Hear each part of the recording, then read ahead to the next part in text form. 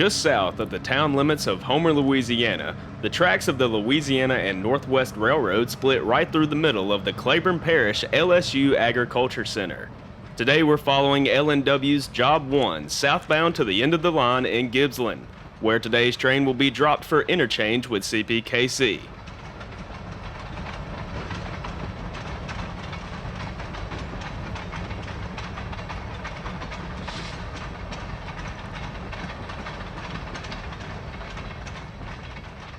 The L&W is the oldest continuously operating freight railroad in the state, with roots all the way back to the late 1880s.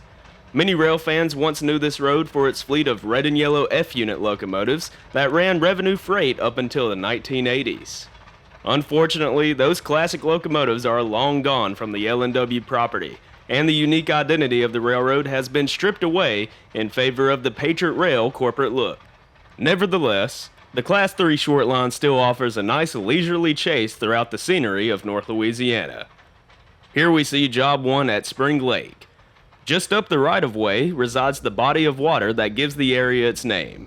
Before diesels arrived to the railroad, steam locomotives would utilize Spring Lake to fill up with water before continuing on their journeys.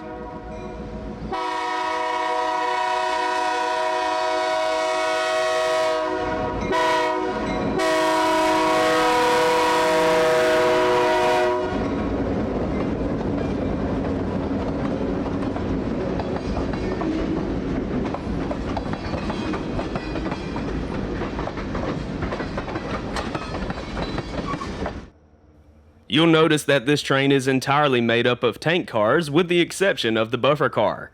Chemical traffic is the main commodity seen on the L&W. It originates from a massive bromine plant up in Magnolia, Arkansas. While the tanks make up the majority of freight cars seen on this road, it's not uncommon to find lumber products, scrap metal, and the latest addition of poles for a new customer set up at the Iron Bridge Road Rail Facility. In fact, shortly after filming this, the first loaded cars arrived at the interchange.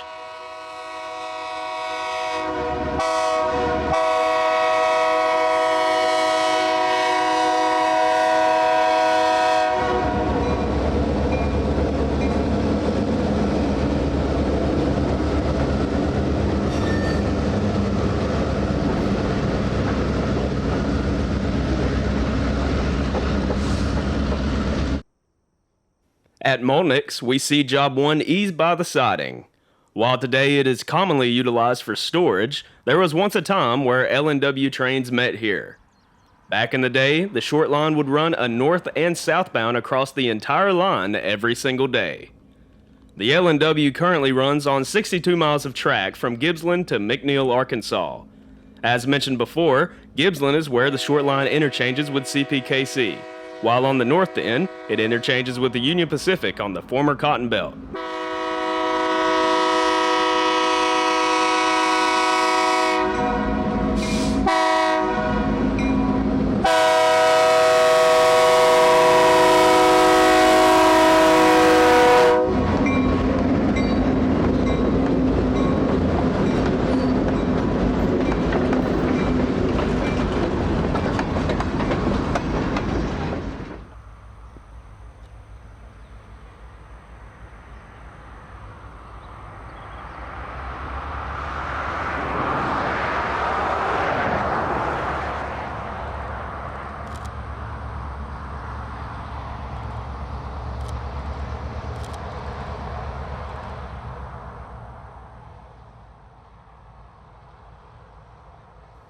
For those that are considering to visit the L&W, this is one of the money shots, Bailey's Pasture.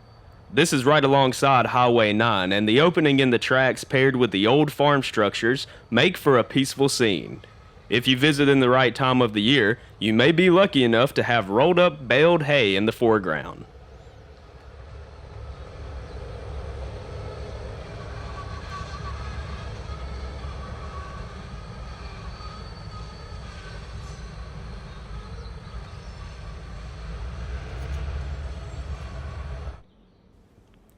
While nowadays Athens is only used to store MOW equipment on some occasions, there was once a depot here that picked up passengers.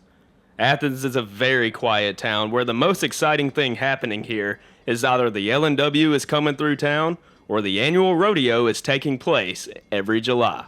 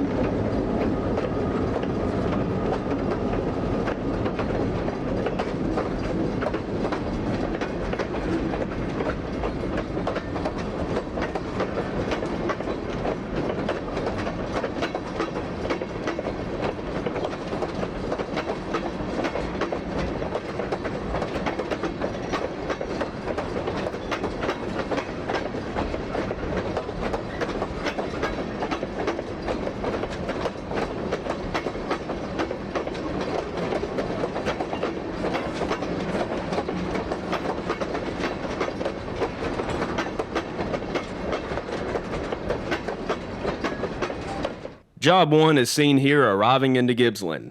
The track layout in town is certainly a unique one. The L&W must cross over the diamond that is shared with the Vicksburg subdivision of CPKC. The crew must manually request a signal to cross over. Luckily for Job 1, today there is no mainline traffic nearby, so there will be no waiting involved. Once the train clears the diamond, it will continue past the switch, then make a shove move back into the interchange.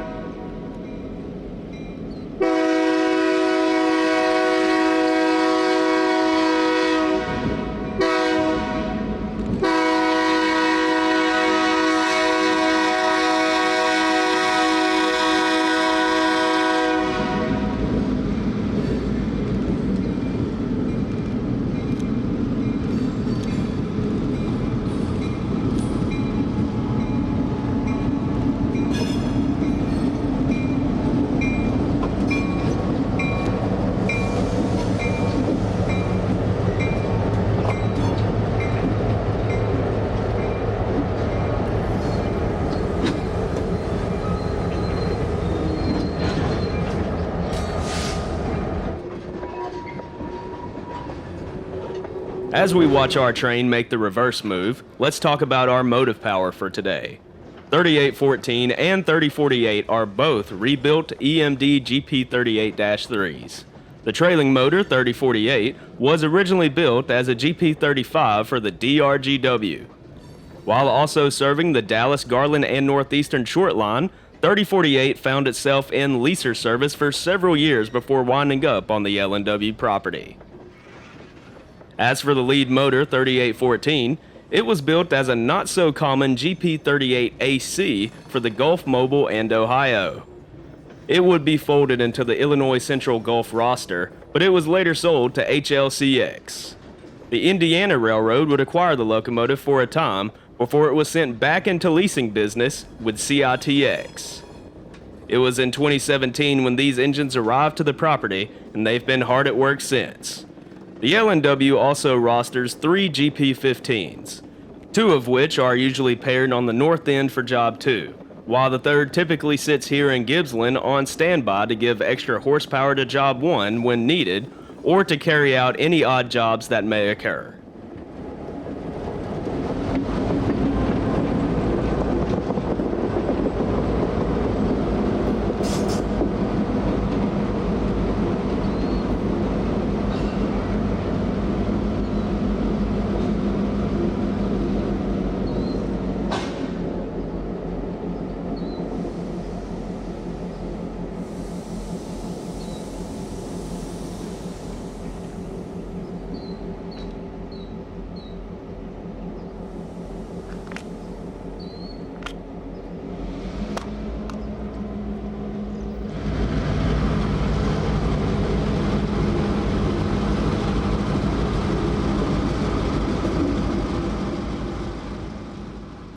At the interchange, the blue Jeep duo drops their cars to await pickup from the CPKC local.